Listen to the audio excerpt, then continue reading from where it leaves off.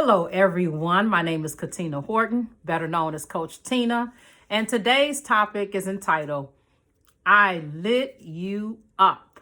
Okay, we've already talked about gaslighting. And today we're going to talk about not only gaslighting with words, but gaslighting with actions. Okay, so when a person gaslights you, it's with the intention of changing your reality / perception / truth, right? So that you believe that you're crazy, you caused your own feelings, and the other person can escape shame and responsibility at the same time, okay? And we know it's very sick and twisted. This whole act of gaslighting is just sick and twisted. However, it's what happens, and it's what the goal of it, like I said, is to do all of the above and still get out scot-free. But on the other hand, you have to deal with the paralyzing effects of gaslighting. And what are those paralyzing effects? You have to regain your trust muscles, because what happens is that gaslighting literally damages your trust muscles, okay? You start to self-doubt, and you also start to doubt the intentions, okay, / motives of everybody else after you, right? Once you've been gaslit, okay? And I'm going to give you 3 examples, okay?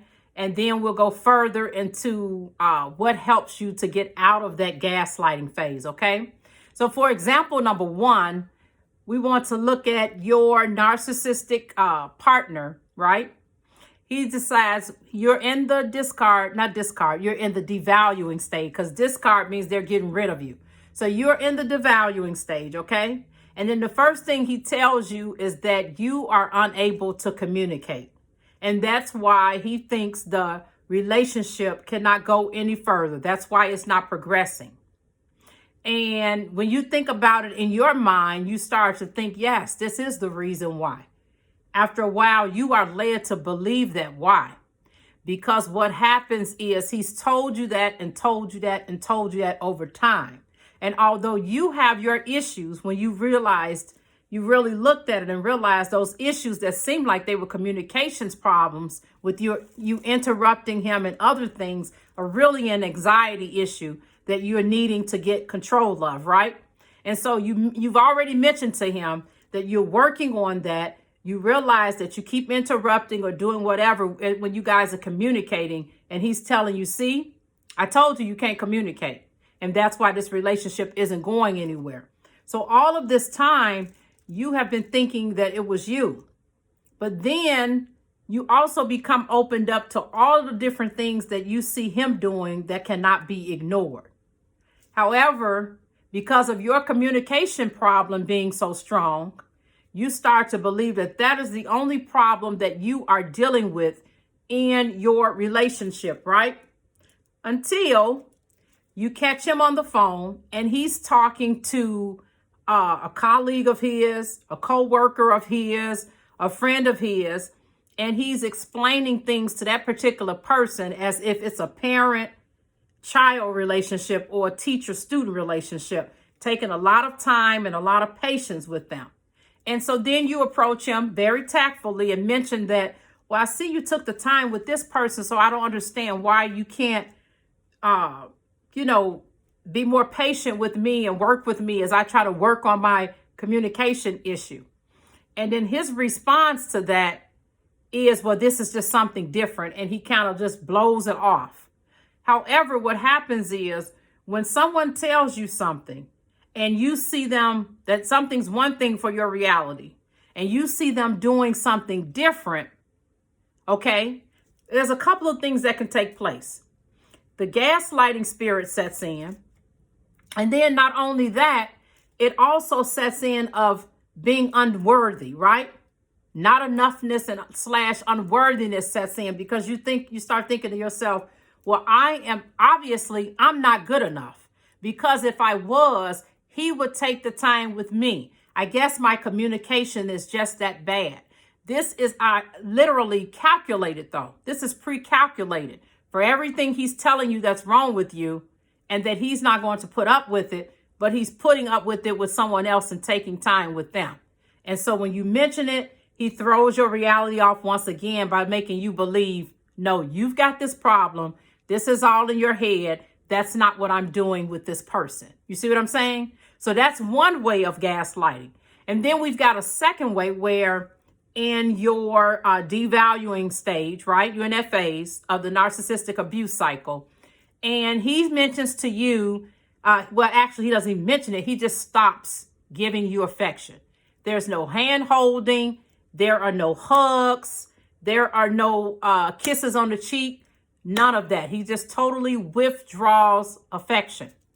And so it has you feeling some kind of way because once again, you start feeling like maybe I'm not enough. And then when you talk to him about it, because you know he's been doing nothing but showing you affection when you were back in the love bombing phase, right? Way back in the beginning when you met him, that's all he did was show affection. So you talk to him and you're hoping and praying that from talking to him, this will give him a clue. He will start to be dialed in and you guys would be able to go from there, move forward from there. But no, he tells you, I'm not a very affectionate person. And you knew that. And I told you that in the beginning. Number one, it was never told to you in the beginning. And number two, his actions during the love bombing phase showed differently.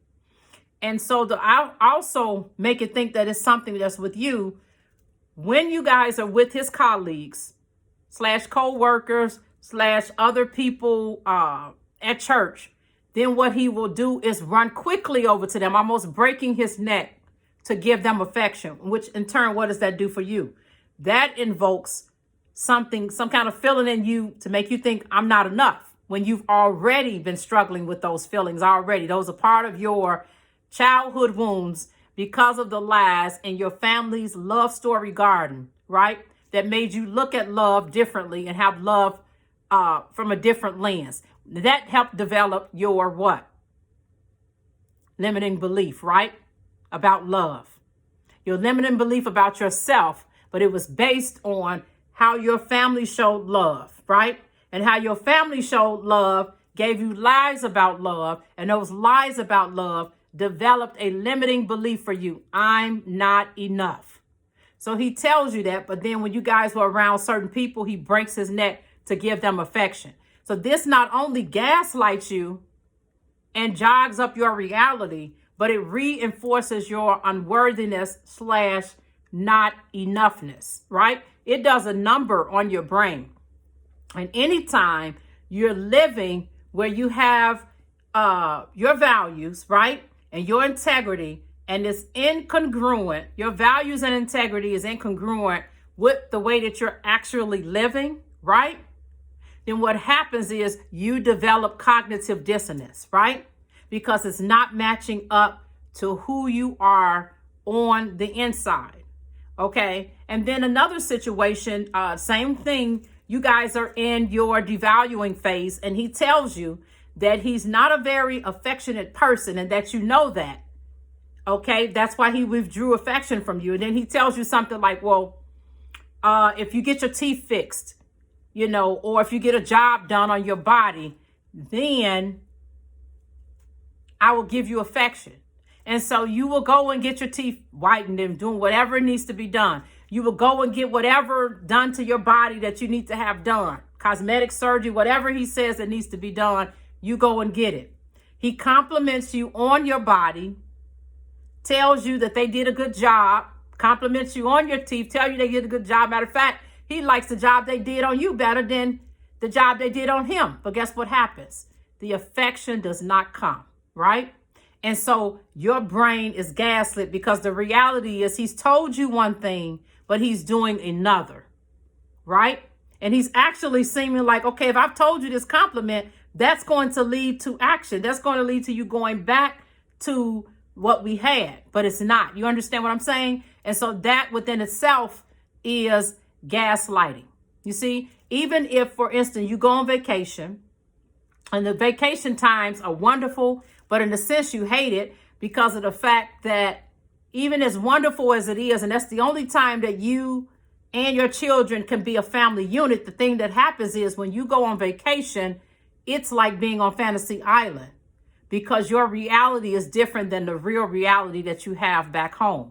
So he's allowing you to do all of these things. He's showing you affection. He's doing all of these things to you during vacation. The moment your ground hits foot back in your hometown, he turns that switch off, the Jekyll and Hyde switch, and goes right back to the person that he was before, leaving you picking up the puzzle pieces, trying to figure out, well, what happened that was different that was on vacation than when we got home? There's nothing different that happened. He was gaslighting you and taking you to a fantasy world and then dropping you off, so to speak, right? That old him, leaving that, dropping that at the airport, leaving it, right? Like a bag of unclaimed luggage. That's what he did with the old him, right? The Jekyll and Hyde. That's what he did. He left that old person. And then as soon as you got a step foot and got in your car to leave the airport, the same person came right back again. And it's hard to conceptualize this, but this is how you are ended up being gaslit on a daily basis because of all of these factors. You've got your not enoughness / unworthiness, right? You're telling him things that's true. He's refuting it. And then his behavior is something different, right?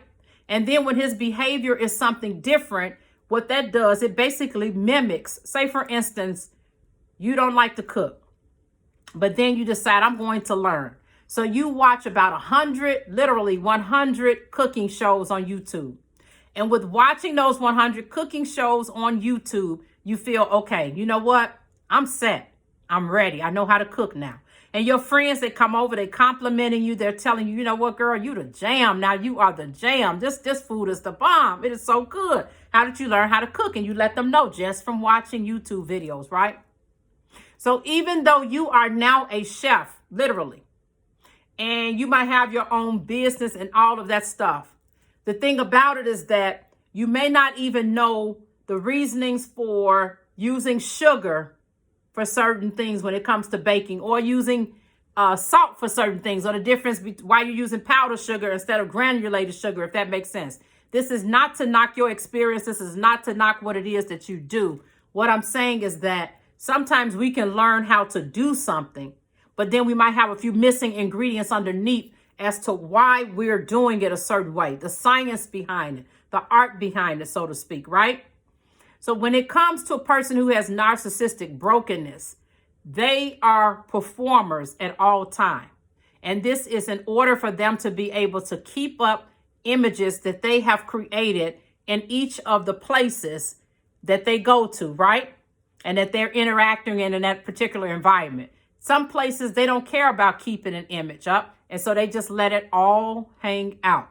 Other places, it's very important to them to keep up a certain image. And so the whole wife and the children have to be in line, depending on where they're going at certain places, right? It's all to help to, I guess I would say, to pacify that particular image, so to speak. You see what I'm saying? And so this is what keeping up that image and the like, okay, that type of thing, this is what baffles you and will keep you locked and keep you stuck. Because say, for instance, if the marriage starts to really crumble, you know you're on your way towards the discard phase of that toxic relationship. You go to your pastor or trusted leader at church, right? But that pastor / trusted leader has only seen Bob, who they've only seen the Bob who works on men's ministry, the Bob who works in children's ministry and has the perfect image, right? They don't know what they would do without Bob, right? They don't know that Bob is just performing. They've only seen that side of Bob. So when you go and say one thing and Bob's performance is showing another, but however, Bob's performance is without empathy, right? Which means that at any time, Bob could literally run over whoever it is at the church, right? No matter what ministry it is, can literally run over them like he's the train and the person is the railroad tracks and just continue to run over them. That's what happens when a person lacks empathy. It's the same thing with learning how to cook and not understanding the why for all of the different ingredients and the stuff that goes underneath. It's not to discount what it is that that person is doing or to minimize or invalidate at all. It's just that there are certain things that might be missing. But the thing is, when it comes to a toxic relationship and your partner is a man with narcissistic brokenness, empathy is a major thing, right? It is a major thing. But everything is a performance with them, which is why you get stuck trying to prove that what is going on with you is what's going on. Because at home and in other places, Bob lets it all out. At church, doing whatever, men's ministry time, Sunday school, or whatever Bob is at, Bob is on his best performative, right?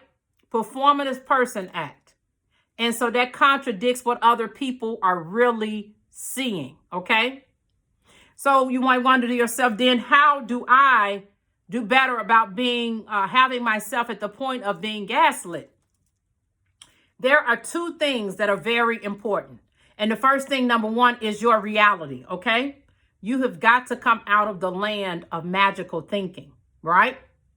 But when you come out of the land of magical thinking, this is what happens, right? Because see, magical thinking creates Fantasy Island, like the show I used to watch years ago as a kid, Fantasy Island, where all of your dreams come true. And the guy on there, the other guy, the plane at the beginning of the show, right? And we probably all remember Fantasy Island, right? But the one thing about Fantasy Island, even the people that went to Fantasy Island, they couldn't stay on there forever. They had to go back to their regular/normal lives, right? You cannot live on Fantasy Island forever without being affected, right? Because it's not truth. And what does the scripture tell us in 2 Corinthians 10:5? Casting down imaginations and every high thing that exalted itself against the knowledge of God, and bringing into captivity every thought unto the obedience of Christ. So if you are in magical thinking/Fantasy Island every day, all day, that is going to do something to your brain. You understand what I'm saying? That's going to make you primed for just people being able to run amok and decide what your feelings are and tell you that this is what you're feeling, when that's really not what you're feeling. But they're able to define what life is for you on their terms, right? Because you've decided to stay in your magical thinking/Fantasy Island and tell yourself, okay, instead of him not holding my hand, I picture us holding hands. Instead of him not comforting me, I'm picturing him comforting me in order for you to keep staying in that state, right? It's a fantasy, right? But all your dreams are not coming true. On Fantasy Island it is, in magical thinking land it is. In reality, it's not. You're only setting yourself up, right? You're setting yourself up to be hurt because you're living off the false hope, which is based on the false promises he keep giving you, right? Baby, as soon as this is done, we're going to get to the next level. And guess what? When the discard phase comes out of nowhere, you're shocked. You're knocked off your feet because of the fact that usually when it happens, you're totally unprepared for it. You might be like 3/4 of the way done with renovating your house. When the discard is ready, boom, that's what he's ready to do. There's not going to be a memo that's going to go out to you and say, tomorrow at 3:45 p.m., I'm going to tell you I'm leaving. No. Thieves do not do that. They do not tell you when they are going to steal from you, right? What does Jesus tell us in John 10:10? I came to give you life and to give it to you more abundantly, right? So a thief is not going to tell you. They're going to come to steal, kill, and destroy. That's the beginning of that verse, right? Steal, kill, and destroy. And that's false abundance, okay? That's false abundance. And you cannot live in that state forever, right? And so, like I said, you have to be able to deal with reality. That's number one, in order to be able to stay out of the gaslighting lane. Otherwise, if you get in the gaslighting lane, what's going to happen is people are going to define your truth for you, okay? They are going to define. Your romantic spouse is going to do it. So as partner, your co-worker, your ministry partner, your pastor, whoever is going to be able to define your truth for you. The scripture tells us, and ye shall know the truth, and the truth shall set you free. If we want to be set free, we have to open up the sword of the spirit. We have got to open up God's word, right? The second thing we got to do is work on being able to express and define our own feelings and being able to be in touch with our body starting to do breathing exercises and being into our own body, right? That way we can ask ourselves, why am I being so defensive? Or to be recognized that you are being defensive, that a little bit of aggression is starting up and you're feeling defensive. To be able to know the difference between that and between somebody taking a sword and literally cutting through your spirit and telling you, no, that's you. I didn't do what you said I did to you. That's you. That's in your imagination. But see, when we don't know our bodies, we can allow people to define who we are. Knowing our bodies, setting up boundaries, coming out of fantasy island, okay, where all of our dreams come true, doing all of that, casting those imaginations down, that's what helps us to get out of the gaslighting lane, to switch lanes, okay? Next thing we can ask ourselves, why am I afraid? Some people get real angry when they're afraid, okay? And then other people, they might, when they get real scared, they might just shut down. They might just freeze, right?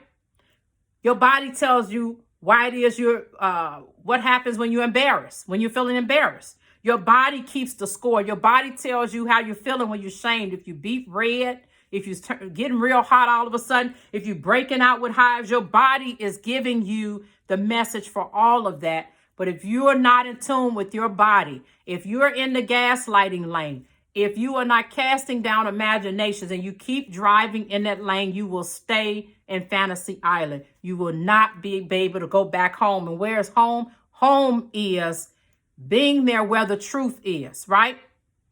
Jesus said, I am the way, the truth, and the life. No man coming to the Father except by me, right? We can't get there if we're in the gaslighting lane, if we're not dealing with number one, reality, and if number two, we're not dealing with understanding our body and the messages that our bodies are telling us. We cannot promote self-love and intimacy. We have to know us. We have to be in connection with the Lord and have that intimate relationship with God. And then in turn, that intimate relationship with God causes us to have an intimate relationship with ourselves. And then that intimate relationship with ourselves goes back up to a cycle of intimate relationship and more intimacy with God because of the fact he's loving us unconditionally, right? These imperfect, flawed beings, but these bodies that he said, when he created, he said, right? And it was good, right? Everything that God created, he said, and it was good. And God saw that it was very good, right?